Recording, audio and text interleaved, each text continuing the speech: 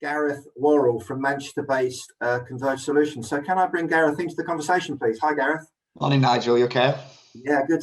Like the headset, looking good. Thank you. It's like ground control to Major Tom, isn't it?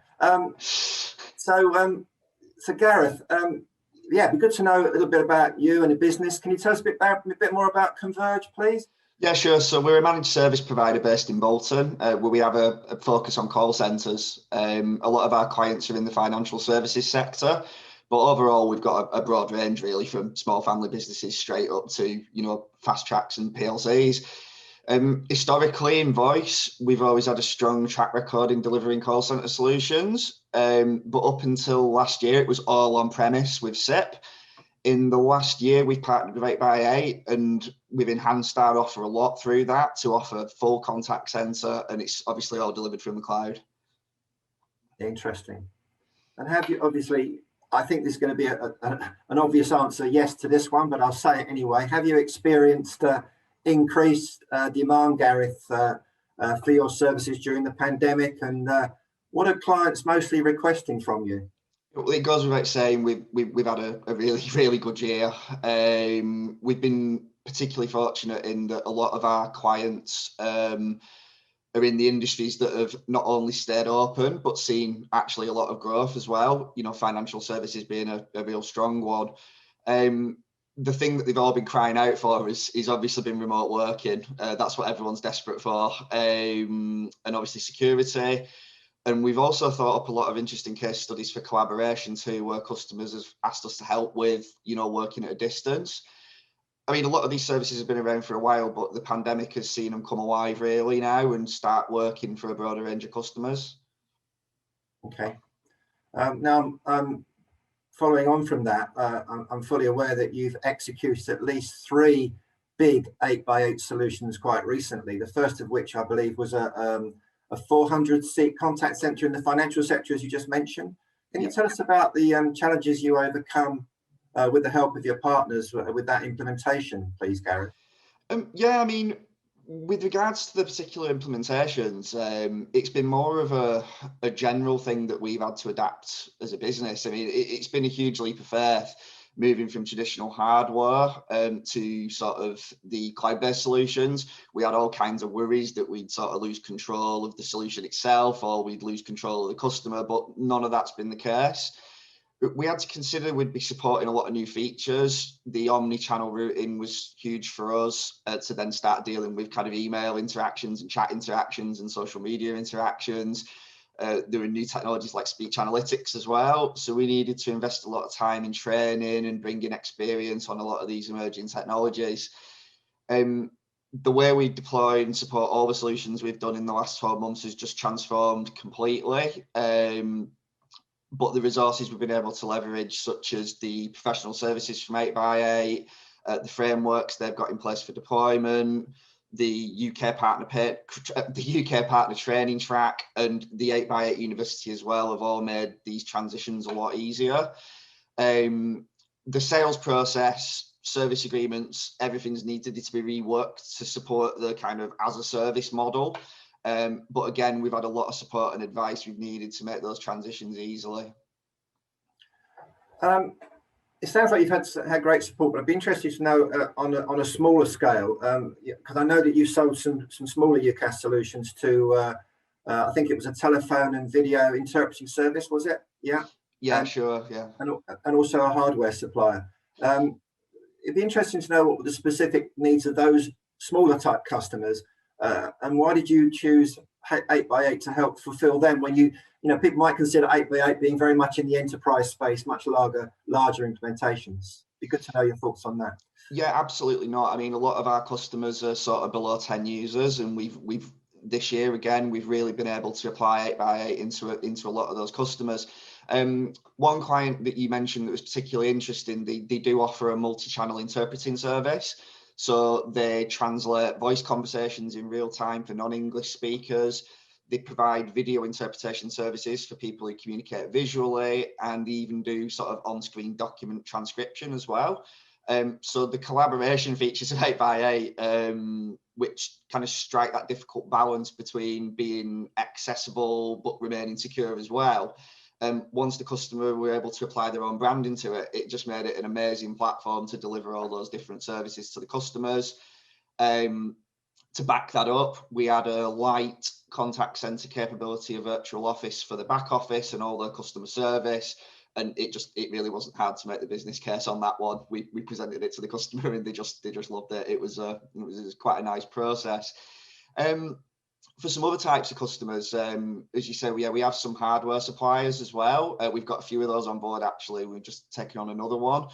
One thing that they all have in common is an international presence. So they've got offices in the US and the Middle East. And again, that's where 8x8 has really come into its own.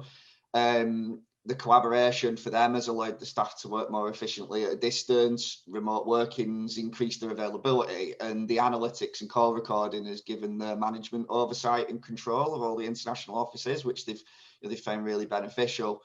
The global infrastructure of 8x8 and the ease of onboarding an end user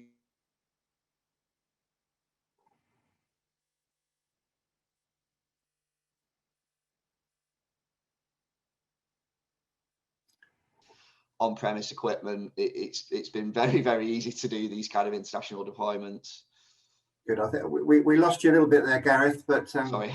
Not to worry. No, it's a bit of a sound blip there. But you were just saying how much Zest4 and 8x8 can assist with getting these solutions over the line. I'd just like to focus on that a little bit more. I mean, because how does it start? How does a reseller sort of get going with this sort of thing? Is it a simple process, or is it something that's quite complex? No, actually, our onboarding was relatively straightforward. Then we had a lot of support in sort of running through the license models and all that kind of thing, which are actually really easy to understand, which is refreshing. I'm kind of used to working with a bill of materials 3 pages long to do some solutions, so to just have a set amount of licenses to choose from to pick the features has been really good. The pre-sales support has been really excellent. So I mean, I'm an engineer by trade myself, and we're a very service focused business, so it's been great to be able to tap into the 8x8 sales team when perhaps negotiations have got tricky, especially in areas of the market where we don't have a lot of experience. We've used the professional services of 8x8 as well for some of the deployments. They've worked really well side by side with our own in-house people. And some of the services, what I've found, are now outsourced to 8x8, such as number porting, that's kind of never been a profitable thing for us and kind of more of a thorn in the side. So to have that moved closer to the provider where it's more efficient has been a good thing, and it's kind of allowed us to automate a lot of other things too. Great stuff. Thanks, Gareth. Couple of final other questions. You're obviously having good success at the moment. You've done some good implementations across the board, both in the smaller side and right up to the enterprise. How do you intend to as a business, how do you intend to maximize on the success you've achieved to actually address potentially more market opportunities out there? Well, first of all, the 8x8 product itself and the support that we've had has just given us so much confidence to sort of go out and put these things forward and know that they're going to deliver. Our promises are massively important to customers, so your confidence is key when we're offering things. Previously, we had kind of no solution for multi-channel contact center or speech analytics. So having those on board has opened up fresh conversations that we can have with our new and existing clients. We had solutions for collaboration and remote working before, but we didn't have a lot of confidence in them. The reliability and the deployment of virtual office has just given us the confidence to push them really hard. And I think in the next year as well, we're going to be looking at some of the marketing opportunities that 8x8 and Zest4 are offering us as well. Great stuff.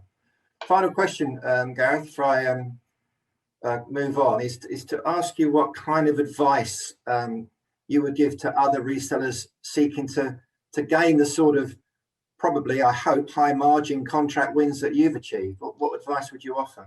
Well, hopefully I can save a few people a few grey hairs. I've certainly gained some. But first of all, I'd just urge them not to be afraid of a new technology. I mean, things like AI and speech analytics can all sound pretty scary, but actually to deploy and to support, they're not that difficult. They're very intuitive and user-friendly. I'd also provide some reassurance that they're able to deliver contact center as a service or from the cloud, but still keep that vitally important direct client relationship, which was obviously a huge worry for me. We had to shop around for a while to find a vendor and a distributor that would allow us to actually even just retain a direct relationship with the client without sort of taking that away from us. And I'm really pleased we found that in 8x8 and Zest4, because Zest4 as well had a lot of other value with the other services they provide, such as connectivity and mobile. I think the final thing is for resellers that are making a first step away from like a traditional PBX or maintenance business. I'd actually probably tell them to consult a decent technology lawyer that's got some experience in as a service models. I spent quite a lot of time going through drafting the service agreements, and they ran me through a lot of the challenges that we might have encountered, and I found that whole process very useful. Great stuff. Really good advice, Gareth. Thanks ever so much for that. Please stick around because we'd like you to join the debate later.